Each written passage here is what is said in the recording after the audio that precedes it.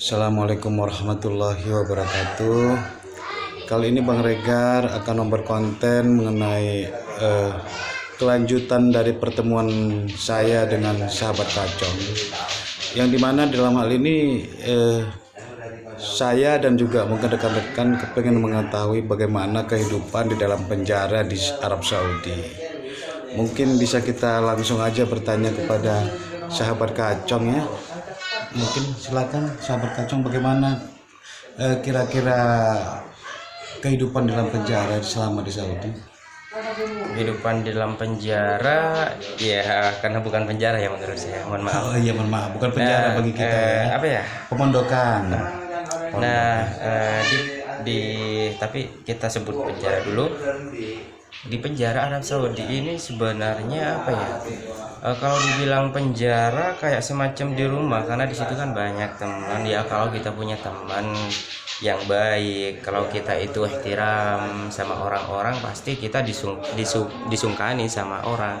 Jadi orang itu nggak galil adab ya, kalau bahasa Arab itu nggak macam-macam sama kita, menjadi teman baik, menjadi saudara. Itu adalah kalau kita itu berteman baik di dalam penjara, itu akan tidak terasa waktu itu berjalan. Cuma ada saat waktunya kita itu akan ingat sama keluarga kita, terutama sama anak istri biasanya. Nah, di situ kita akan merasa waktu itu sangat lama-lama sekali. Nah, jadi gini sahabat, penjara Arab Saudi itu apa ya? Kayaknya nggak sama dengan penjara Indonesia. Kalau saya lihat penjara Indonesia nih tidurnya itu di bawah, terus agak kotor gitu tempatnya. Tapi kalau di Arab Saudi ini penjaranya itu ada selimut, ada AC itu 24 jam, AC besar. Makanya dikasih selimut karena terlalu dingin kadang. Kalau kita itu nggak ngomong kepada polisinya suruh kecilin, itu apa ya, kita akan kesakitan di dalam. Yang nggak suka dingin ini pasti merasakan sakit nantinya. Nah, selain AC itu 24 jam, ada selimut, terus ada juga kasur ya di atas. Ada ranjang kecil khusus untuk satu orang ini. Ranjang itu bertingkat. Nah, itu enaknya kita di penjara itu semacam hidup di dalam rumah gitu. Ruangannya luas, terus ada juga TV. Untungnya aja nih, kalau saya itu nggak ditaruh di Briman. Nah, kalau di Briman sendiri, ini penjara khusus orang-orang yang mempunyai kasus besar. Di Briman ini penjaranya itu di bawah tanah loh. Tapi alhamdulillah, syukur sekali saya itu ada di Sumaisi. Sumaisi ini adalah tempat orang-orang banyak dari mulai beberapa negara, bahkan belasan negara ya, yang ada di Sumaisi ini. Nah, ada juga yang enak di sana, itu bukan enak masa penjara enak ya, pokoknya ya istilahnya ada kelebihannya. Di penjara itu kita bisa apa ya, di dalam penjara itu kita dapat gaji loh di sana. Setiap bulan itu mendapat gaji 150 real. 150 real itu lumayan loh untuk beli makanan, karena makanan di sana itu satu hari 3 kali. Cuman karena paginya itu hanya sepotong roti yang sangat tipis sekali, jadi kita butuh tambahan. Kayak orang Indonesia seperti saya itu nggak biasa makan roti itu paginya. Kalau duhurnya sih mending nasi, dan malamnya lagi itu roti lagi. Makanya harus ada tambahan beli Indomie. Kalau saya biasanya itu bisa loh beli makanan dari luar, cemilan. Tapi kita itu nulis sekarang, jadi datanya itu besok. Jadi dititipin sama pengawasnya atau polisinya di sana? Ada pekerjaan sendiri sih, orang Bangladesh. Pokoknya semua orang-orang yang mau mesen sesuatu ditaruh di satu kertas, baru nanti kasih orang Bangladesh, besoknya akan datang tuh pesanan kita itu apa aja gitu. Itu bisa enaknya gitu. Cuman kalau nggak ada uang di sana itu bakalan kerepotan, pokoknya mungkin aku tinggal tulangnya saja, karena makanan di sana nggak cocok buat orang Indonesia. Itu buat orang luar sih iya, karena orang luar itu kayak Bangladesh, Pakistan, Bermawi, emang kebiasaan itu makannya ya emang roti kubus. Kalau orang Indonesia kan nasi, dan nasinya juga di sana itu kalau di penjara nasi kuning, masih tiap hari itu nasi kuning. Nah, apalagi ya kelebihan di sana itu, kalau ada orang yang bisa menghafiz Al-Quran 30 juz, ada pengurangan tahanan. Seumpama orang ini mendapat hukuman 20 tahun penjara. Nah, hukum Arab Saudi ini menjamin ya 100% apabila bisa menghafal 30 juz akan dikurangi 50% dari masa tahanan tersebut, dari 20 tahun menjadi 10 tahun. Adapun juga yang bisa menghafal Al-Quran dalam satu juznya itu akan mendapat hadiah 200 real. Itu adalah sebuah fakta dan pasti akan dikasih itu. Jadi ada polisi yang emang khusus untuk orang-orang yang udah menghafal Al-Quran, ke orang itu, ke polisi tersebut. Khususnya emang itu penghafal Al-Quran juga si polisi ini. Hanya satu juz ini hafal, langsung dikasih di tempat itu juga, langsung dikasih kalau udah hafal per juznya. Berarti kalau di Indonesia terima setoran gitu ya, setoran ayat. Ya, satu juz berarti langsung uangnya dicairkan. 200 real dapat hadiah. Nah, di situ manfaatnya luar biasa. Kita itu bisa mengasah kemampuan kita di penjara, kayak kita bisa menghafal. Tapi kalau saya sendiri, karena orang Indonesia itu apalagi udah besar ya, kalau kecil mungkin diasah dari kecil cepat bisa menghafal Al-Quran. Kalau orang Indonesia udah besar seperti saya itu agak kesulitan loh, karena bahasa kita kan bukan bahasa Arab. Kalau bahasa Arab orang Pakistan, orang Pakistan ini sebenarnya agak susah sih. Kalau orang Pakistan, orang Palestina, orang Bermawi yang tinggal di sana, karena Bermawi sih tinggalnya emang di Arab Saudi sih. Ini cepat, kebanyakan di sana itu yang menjadi penghafiz Al-Quran itu orang Bermawi. Terus ada juga Palestina, tapi Palestina di tahanan itu sedikit banget, nggak banyak. Palestina, Syria, yang paling banyak di tahanan itu adalah orang Pakistan, Bangladesh, India itu. Terus Yaman itu juga banyak. Apalagi ya kelebihannya di penjara, kita di sana itu untuk sholat berjamaah itu emang luar biasa, sama-sama merangkul, karena semua itu seperti saudara.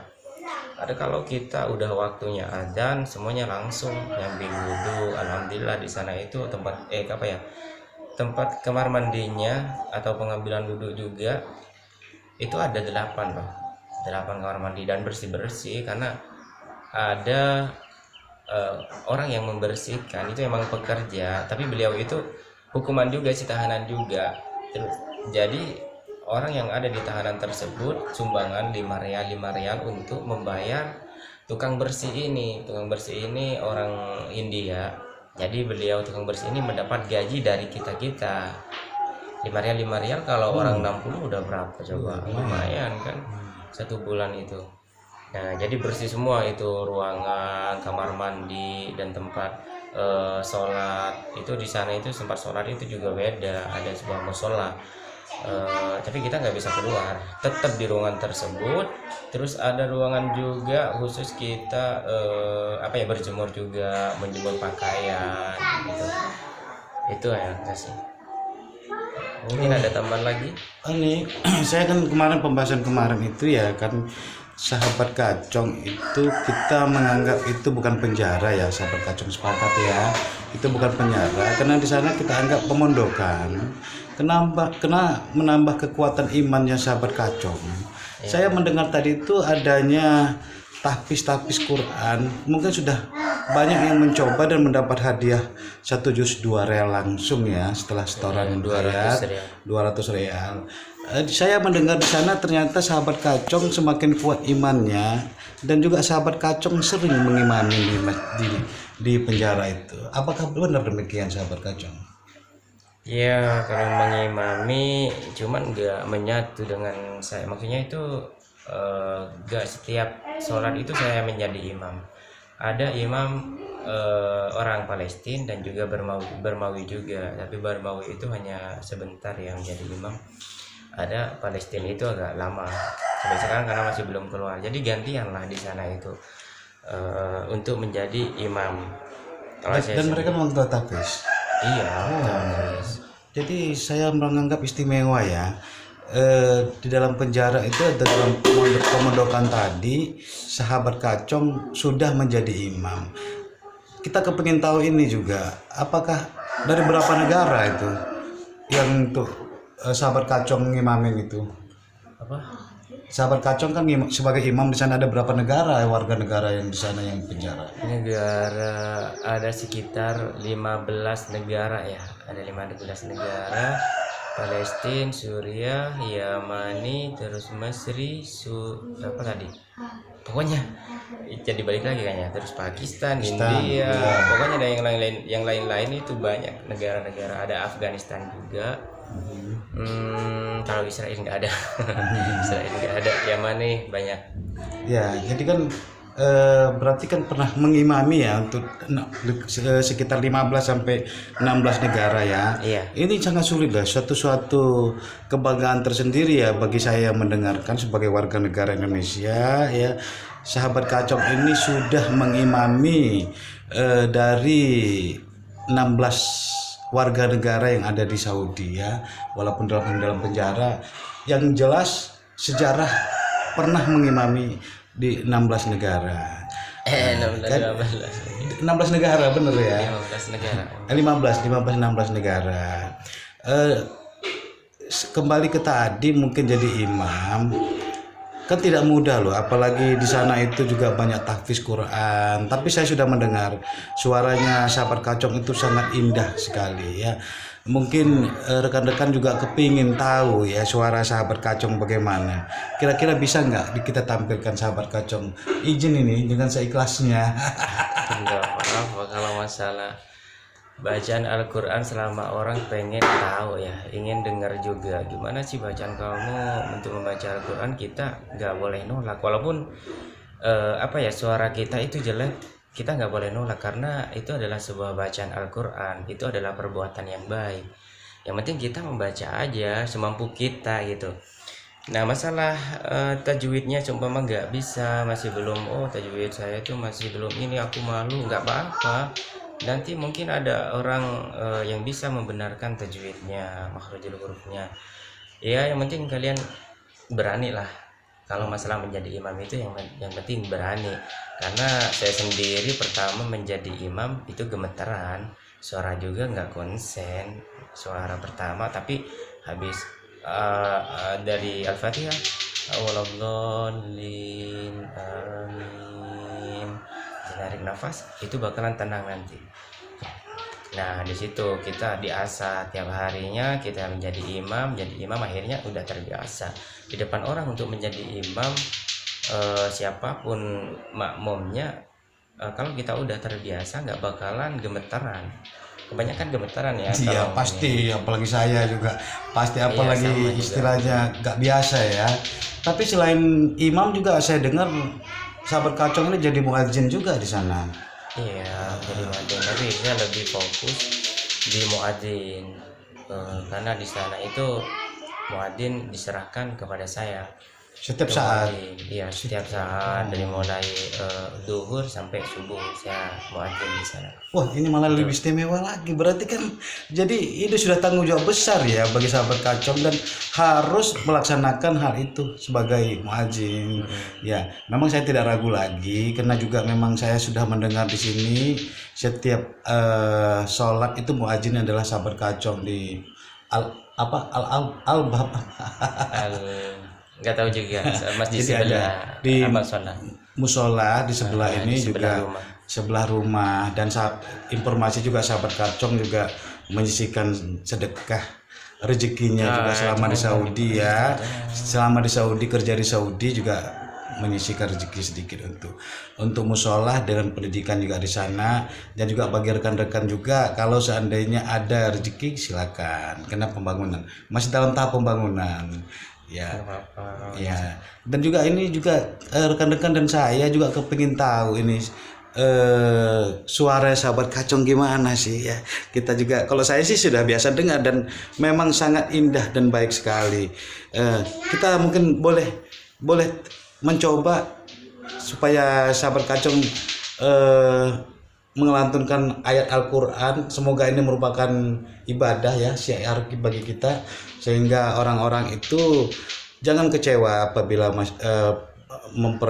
menghadapi suatu masalah, tapi tetaplah dalam iman Islam. Kita coba ya mendengarkan suaranya sahabat kacung. Oke, surat apa ya? Kita ngambil surat Ar-Rahman aja. Di akhir surat Ar-Rahman, Bismillahirrahmanirrahim. Hal jazaa'ul ihsani illal ihsan. Fabi'ayyi ala'i rabbikuma tukadziban. Wa min dunihima jannatan. Fabi'ayyi ala'i rabbikuma tukadziban. Mudahammatan. Fabi'ayyi ala'i rabbikuma tukadziban. Fihima 'ainani nadhahatan. Fabi'ayyi ala'i rabbikuma tukadziban. Fihima fakihatu wa nakhlu wa rumman.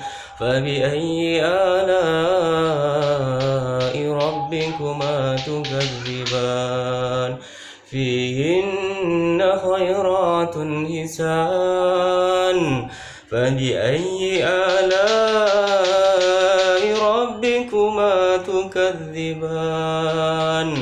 Urum maqsuratu fil khiyam. Fabi'ayyi ala'i rabbikuma tukadziban. Lam yaqmishunna insun qablahum wala jan. Fabi'ayyi ala'i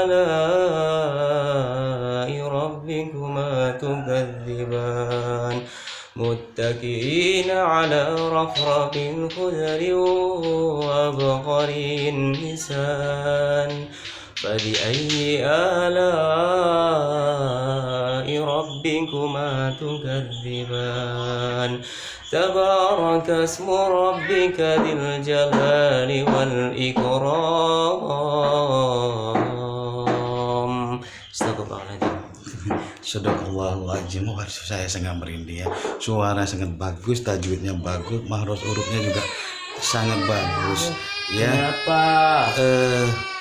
Sini. Mungkin ada tambahan lagi sahabat kacang? Ada. Mungkin sekian saja video kali ini, juga durasinya udah lumayan, kalau udah panjang, dan karena ada ponakan aku nih lagi nangis. Sampai jumpa di video selanjutnya sahabat.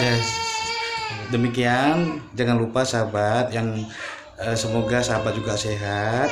Jangan lupa di like, subscribe ya, agar channel ini bisa berkembang, dan juga akan saya coba meliput masalah sahabat kacung. Demikian saya Heri. Assalamualaikum warahmatullahi wabarakatuh.